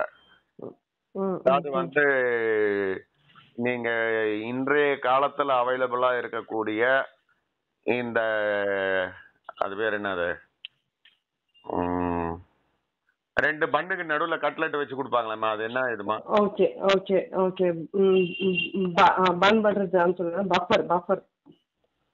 சரி, ஏதோ அந்த 2 பண்ணுக்கு இடைக்குள்ள உள்ள இருக்கிற அதாவது வந்து அது வந்து கட்லெட். அது வெஜிடபிள் கட்லெட்டாவும் இருக்கலாம், நான்வெஜ் கட்லெட்டாவும் இருக்கலாம், இல்ல 2 கலந்த கட்லெட்டாவும் இருக்கலாம். புரியுதுங்களா? சோ மேல இருக்கிறது வந்து உயிர், கீழே இருக்கிற பண்ணு வந்து உடலு, நடு மத்தியில இருக்கிற கட்லெட் தான் மனம். குஷன் மாதிரி இருக்கிறது தான் மனம். இந்த கட்லெட்டை உருவிட்டேன்னா என்ன ஆகும்? 2 பண்ணும் ஒன்னாயிடும். அவ்வளவுதான், உயிரும் உடலும் அங்க ஒன்னாயிடுச்சு. கட்லெட்ன்ற மாடு வெளியில வந்துச்சு. அந்த கட்லெட் வந்து நல்ல மாடாவும் இருக்கலாம், கெட்ட மாடாவும் இருக்கலாம். புரியுதுங்களா? நல்ல மாடுன்றது வந்து தினமும் நல்ல செயல்களை செய்து மக்களுக்கு அன்னதானம் அது இதுன்னு செய்யக்கூடிய அந்த மாடு இது. இன்னொரு மாடு என்ன பண்ணுதுன்னா ஊரை அடிச்சு உலையில போடுது. சோ நீ நல்ல மாடா இருக்கிற அப்படின்னா நீ வந்து உடலையும் உயிரையும் இணைச்சிக்க முடியுமா? நல்ல மாடு இணைச்சிக்க முடியும். எப்படி முடியும்? நல்ல மாடும் இயங்கிட்டு தானே இருக்குது. அப்ப அதுல நல்ல எண்ணங்கள் ஏகப்பட்டது உட்கார்ந்து இருக்குமா இல்லையா? அதையும் கழிக்கணும். அப்ப அதுவும் தடிமண்ணா தானே ஆகும். அப்போ நல்ல மாடுன்றது வந்து வள்ளல் பெருமான் என்ன சொல்லிக்கிறாருன்னா பொன் விலங்குன்னு சொல்லியிருக்காரு. பொன்னால் செய்யப்பட்ட விலங்கு. கெட்ட மாடுக்கு பேரு இரும்பினால் செய்யப்பட்ட விலங்கு. ஆனா இந்த 2 மாடையும் கட்டி போட்டுதான் வச்சுக்கிறாங்க. ஒண்ணு பொன் விலங்கால கட்டி இருக்கிறாங்க, இன்னொன்னு இரும்பு விலங்குனால கட்டி வச்சுக்கிறாங்க. அப்ப நீ விடுதலை கிடைக்குமா? உயிரும் உடலும் ஒண்ணு சேருமா? சேராது. சேராது, ரெண்டுக்குமே சேராது உங்களுக்கு. அதனால நீ நல்லவனா இருந்தாலும் சேராது, கெட்டவனா இருந்தாலும் சேராது. அப்ப 2 விலங்கையும் உடைச்சு 2 மாடையும் தூக்கி வெளியே கடாசிடணும். உனக்குள்ள நல்லதுன்றது ஒண்ணு இருக்கக்கூடாது, கெட்டதுன்ற எண்ணமும் இருக்கக்கூடாது. நியூட்ரலா இருக்கக்கூடிய எண்ணமற்ற நிலையில இருந்தால் மட்டுமே எந்த மனமா இருந்தாலும் ஒழிஞ்சு போயிடும். அந்த ஜீரோ தாட் நீங்க சொல்றீங்க. உயிர் உடலும் ஒன்னாக இணையும். அப்ப நீ நல்லதே செய்துனே இருந்தனா நீ இறைவனை அடைஞ்சிருவியா? கண்டிப்பா அடைய மாட்டேன். அவ்வளவுதான். அப்போ இத நல்லதே செய்யணும், அதுதான் மோட்ச வீட்டின் திறவுகோல்னு ஒரு குரூப் அலைஞ்சின்னு இருக்குது. அதுவும் போய் சேராது. கெட்டதையே செய்யக்கூடிய ஒரு ஒரு ஒரு என்ன சொல்றதுன்னா மக்களை ஆளுகின்ற குரூப் இருக்குது, அதுகளும் போய் சேராது. எப்ப இந்த 2 மாட்டையும் அடிச்சு துரத்துறானோ ஒருத்தன், அவன் தான் அந்த இறை நிலையை அடைய முடியும், இரவா நிலையை அடைய முடியும், பிறவா நிலையை அடைய முடியும். அப்ப அதுக்கு உதவியாக இருப்பது எது? காற்று. காற்றுன்ற லாரி. அந்த லாரியை வச்சுன்னு தான் இந்த உணர்வு உயிர்கிட்ட போகுது. இப்ப அந்த உயிர்கிட்ட போன உடனே அந்த உணர்வு அங்கே நிறுத்திட்டு காத்து கீழே போயிடும்.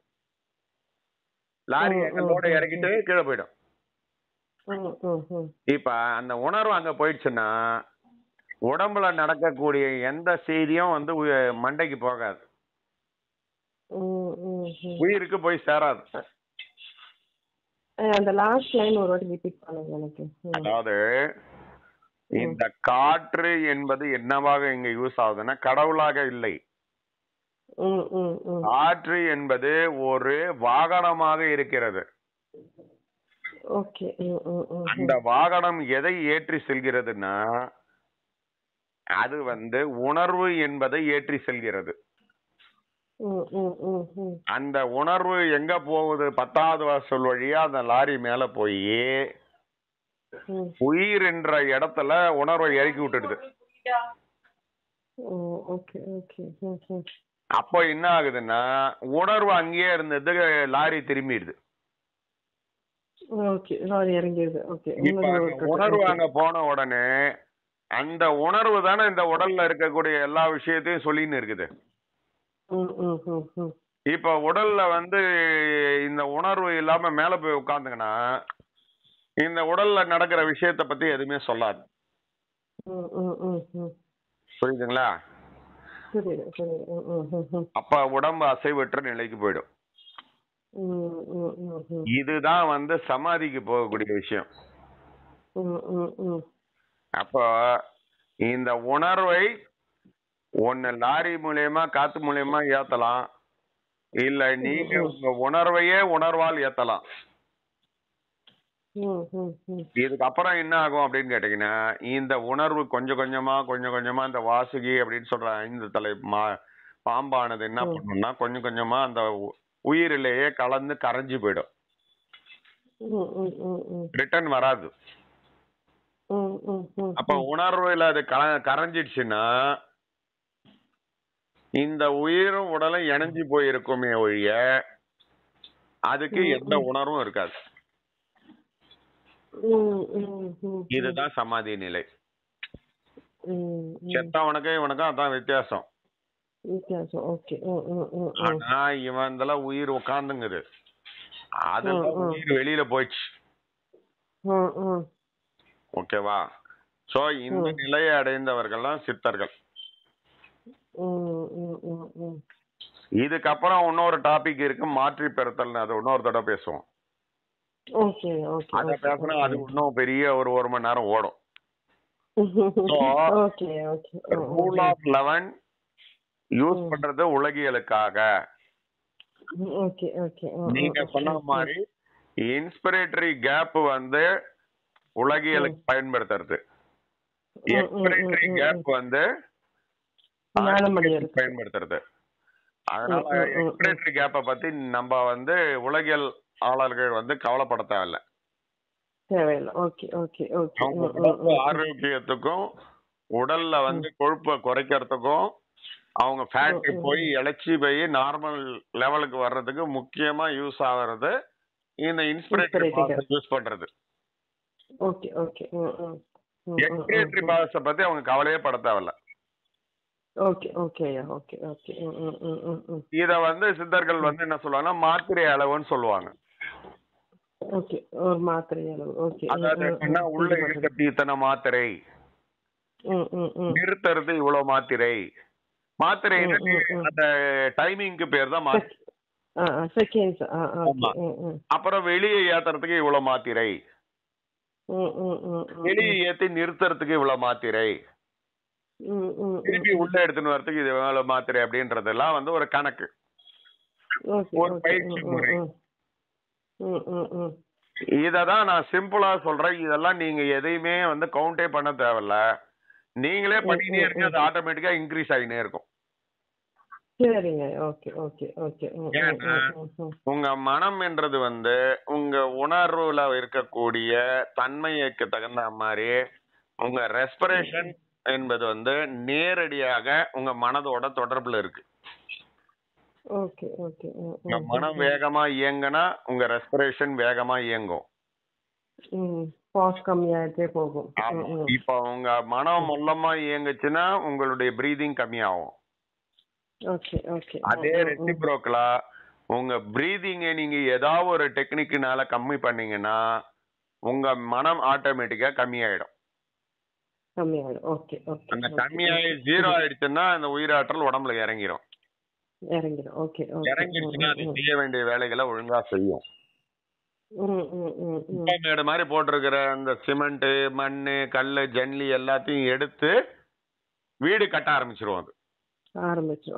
அப்ப அந்த ஃபேட்னு சொல்லக்கூடிய இந்த ஸ்டாக் மெட்டீரியல் எல்லாம் காலி ஆயிடும். அப்ப ஆட்டோமேட்டிக்கா அவங்க வந்து நார்மல் வெயிட்டுக்கு இறங்கிடுவாங்க. எக்ஸ்ட்ரா வெயிட் வராது. இதெல்லாம் இல்லாததுனாலதான் வந்து மென்டலி ரிட்டார்டும், அதாவது டிப்ரெசிவ் சைக்கோசிஸ்ல இருக்கிறவங்களும் குண்டா இருக்காங்க. அவங்களுடைய குறைக்கணும் இந்த வெயிட் அப்படின்னா அவங்க ஒரே செய்ய வேண்டிய வேலை இந்த பிரீதிங் எக்ஸசைஸ் தான். அவங்க வாக்கிங் போக வேண்டியதில்லை, ஜாக்கிங் போக வேண்டியதில்லை, எந்த உணவு கட்டுப்பாடும் பண்ண தேவையில்ல. ஆட்டோமேட்டிக்கா அவங்களுக்கு அந்த உணவு எடுத்துக்காம போயிடும். இப்ப பூசு வேலையெல்லாம் முடிஞ்சு போச்சு அப்படின்னா அதுக்கப்புறம் சிமெண்ட் தேவைப்படாது. வெறும் ஒயர், எலக்ட்ரிக்கல் ஒயர் வேலைகள் தான் நடக்கும் அடுத்தது. அப்ப அந்த மாதிரி உணவுகளை மட்டும்தான் உள்ள எடுத்துக்கும். நீ திருப்பி வந்து சிமெண்ட் உள்ள போட்டோம்னா வெளியே தள்ளிடும் அது. இதுதான் வந்து நான்வெஜ்ஜா இருக்கிறவன் வெஜ்ஜா மாறிடுவான். ஏன் அப்படின்னாக்கா அது வந்து அந்த கடினமான பொருட்கள் அங்க தேவைப்பட போறதுல அந்த ஸ்டேஜுக்கு வந்த உடனே. இப்படிதான் நீங்க வந்து வெஜிடேரியனா மாறணுமே ஒழிய நம்மளா விடக்கூடாது. நீங்களாவே வந்து வெஜிடேரியனா மாறிடுறேன் அப்படின்னு சொல்றது வந்து பாதி கட்டடத்துல நின்னுடும். இப்ப நான் கட்டடத்தை வந்து வெறும் மண்ணிலேயே கட்டிடுறேன் அப்படின்னா அது ஸ்ட்ராங்கா இருக்குமா? எங்கேயாவது இருக்காது. கல்லு இருந்தா தானே, ஜல்லி போட்டா தானே நம்ம தளம் போட முடியும். அப்புறம் நீ அந்த கறின்னு சொல்லக்கூடிய புரோட்டீனே நீ உள்ள தள்ளனா தலை எங்க ஸ்ட்ராங்கா நிக்கும்? சரிஞ்சு விழுந்துரும். இதெல்லாம் தெரியாம எல்லாம் வந்து நீ வெஜிடேரியனா இருந்தா மட்டுமே நீ கடவுளை அடைய முடியும் அப்படின்னு சொல்றதெல்லாம் முட்டாள்தனம். நீ எப்படி குழந்தையில இருந்து உங்க உணவு முறை மாறுச்சோ பெரிய ஆவற வரைக்கும் அப்படியே ரிவர்ஸ் பேக் வரும், அவ்வளவுதான். இப்போ குழந்தை பிறந்தோடனே பால் தான் குடிக்குது. அதுக்கப்புறம் தான் அதுக்கு அந்த நெஸ்லேவோ ஏதோ ஊட்டுறாங்க. அதுக்கப்புறமேட்டா அந்த உருளைக்கிழங்கு முட்டையெல்லாம் கொஞ்சம் மசிச்சு ஈஸியா டைஜஸ்டபிளா இருக்கிறத ஊட்டுறாங்க. அதுக்கப்புறம் இந்த பருப்பு சோறு மட்டும் ஊட்டுறாங்க. அதுக்கப்புறம் தான் அது சாம்பார், ரசம், கறி, குழம்பு எல்லாத்தையும் அப்புறமேட்டா தான் எடுத்துக்குது. இதே மாதிரி ரிவர்ஸ்ல வாங்க. கறி மீன் எல்லாம் சாப்பிட்டு இருக்கிற ஸ்டேஜ்ல இருந்து வெறும் சோறு, ரசம், குழம்பு மட்டும் சாப்பிடுற ஸ்டேஜுக்கு மாறிடுவீங்க. அதுக்கப்புறமேட்டா நீங்க வெறுமே குழன்னு இருக்கிற உணவு மட்டுமே எடுத்துக்கிற நிலைமைக்கு ஆயிடுவீங்க. ஈவன் நீங்க பருப்பு எடுத்தா கூட உங்களுக்கு உடம்புக்கு ஒத்துக்காது. கீழே வந்தீங்கன்னா வெறும் திரவ உணவுக்கு மாறிடுவீங்க. அதுக்கப்புறமேட்டா குழந்தை எப்படி வயிற்றுக்குள்ள இருக்கும் போது எந்த உணவுமே இல்லாம இருக்குதோ அந்த மாதிரி நீங்க மாறிடுவீங்க. அப்ப என்ன பண்ணுது, அம்மா கிட்ட இருந்து உணவு எடுத்துக்குது இல்லையா, அது அதே மாதிரி பிளசண்டா தான் உங்களுக்கு குரு உட்கார்ந்து இருக்கும்போது பின்னாடி ஒரு மரம் மாதிரி அதை காட்டியிருப்பாங்க. தட்சிணாமூர்த்தி பாத்தீங்கன்னு வச்சுங்களேன், உடம்ப கால்ல மிதிச்சுன்னு இருப்பாரு. கீழே இருக்கிறோம் அரக்க மாதிரி ஒரு இது போட்டு இருப்பாங்க. அத ஒரு கால்ல தான் மிதிச்சுன்னு இருப்பாரு அவரு. அது பின்னாடி பாத்தீங்கன்னா ஒரு பெரிய ஆலமரம் மாதிரி ஒரு பச்சை பசேல்னு ஒரு மரம் இருக்கும். அப்போ தொப்புள் கொடியில இருந்து பிளசண்டால இருந்து நீங்க உறிஞ்சிக்கிட்ட குழந்தையானது எப்படி இருக்கோ அதே மாதிரி இந்த 10ஆம் வாசல் வழியா அந்த தொப்புள் கொடியானது மேல போயிடும். அந்த உயிர்ல இருந்து இந்த உடம்புக்கான அத்தனை தேவைகளையும் உறிஞ்சிக்கும். இப்ப மண்ணு உருவானதும் உயிரில இருந்துதான். அந்த மண்ணுல இருந்து உருவானதுதான் கிழங்கு, புல்லு, கீரை, காய்கறி, கனிகள், மரங்கள், பழங்கள் எல்லாம். அப்ப அதனுடைய பேஸ் எங்க இருக்குன்னா உயிர்ல தான் இருக்குது. இந்த உயிரில இருந்துதான் இந்த பஞ்சபூதங்களும் உருவாச்சு. எது, நீர், நிலம், காற்றுடைய எல்லாத்தனுடைய பேஸுமே உயிர்ல இருந்து தான் இருக்குது. அப்ப அந்த பேஸையே நேரா நீ சாப்பிட்டனா எதுக்கு உனக்கு இதெல்லாம் தேவை? புரியுதுங்களா? இப்போ ஒரு கிழங்க நீங்க வேக வச்சு சாப்பிட்டீங்கன்னாலும் கடைசியா அது என்னவா உருவாகி உடம்புல யூஸ் ஆக போகுதுன்னா அந்த உயிராற்றலா தான் யூஸ் ஆக போகுது. அதுக்கு பதில் நேராவே உயிராற்றலை இறக்கிட்டா எதுவுமே தேவையில்லை. இதுக்குதான் அந்த தட்சிணாமூர்த்தி பின்னாடி அந்த தொப்புள் கொடி மரமாக காட்சி அளிக்கிறது. அந்த தொப்புள் கொடி எங்க இருக்குது? மேல இருக்குது. அந்த மரமானதும் உயரமா இருக்குது அவரோட. எல்லாரும் மத்தடியில உட்காந்துக்கிறாங்கன்னு நினைப்பாங்க, அது கிடையாது. தொப்புள் கொடி அவருடைய இடத்துல இருந்து 10ஆம் வாசல் வழியாக உயிர் என்ற ஒன்றோட அந்த உணர்வு போய் அங்க போய் உட்காந்து அட்டாச் ஆயிடும். அந்த உணர்வு மூலயமா தான் அந்த உணவானது உயிராற்றல்ன்ற உணர்வானது ஆனந்தம் என்ற மருந்தானது உடம்புல இறங்கும். அப்ப இந்த உடம்பு அழியா தேகத்தை பெற்றுவிடும். அதுதான் ஒரே ஒரு கால்ல வச்சுங்கிறாரு அவரு. அப்ப கீழே ஒரு அரக்கனை வச்சு இது பண்றது நம்மளோட எல்லா உடம்பு.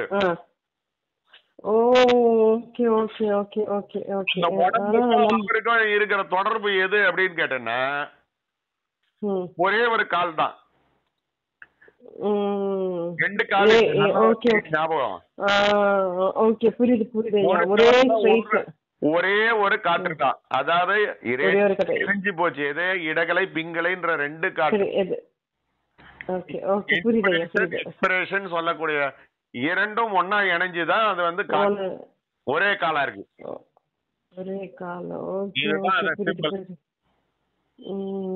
அந்த குருவா காட்டுறதுதான் உயிர். பித்தனால் வந்து நம்மளோட அடக்க குணம், உங்களுக்குள்ள இருக்கிற உயிர் தான். உயிர் தான்.